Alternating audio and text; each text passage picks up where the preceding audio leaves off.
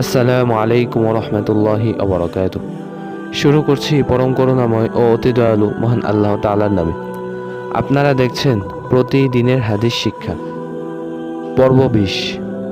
চলুন প্রতিদিনের ন্যায় আজ আমরা একটি হাদিস শুনে নিই। আন হুযায়ফা রাদিয়াল্লাহু তাআলা আনহু قال قال رسول الله صلى الله عليه وسلم لا يدخل الجنة نمام। অনুবাদ: হুযায়ফা রাদিয়াল্লাহু তাআলা আনহু থেকে বর্ণিত, তিনি বলেন, রাসূল সাল্লাল্লাহু আলাইহি ওয়াসাল্লাম বলেছেন, চুগলখোর কখনো জান্নাতে প্রবেশ করতে পারবে না। ইমাম বুখারী ও ইমাম মুসলিম হাদিসটি বর্ণনা করেছেন। আজ এখানেই শেষ করছি। আসসালামু আলাইকুম ওয়া রাহমাতুল্লাহি ওয়া বারাকাতুহু।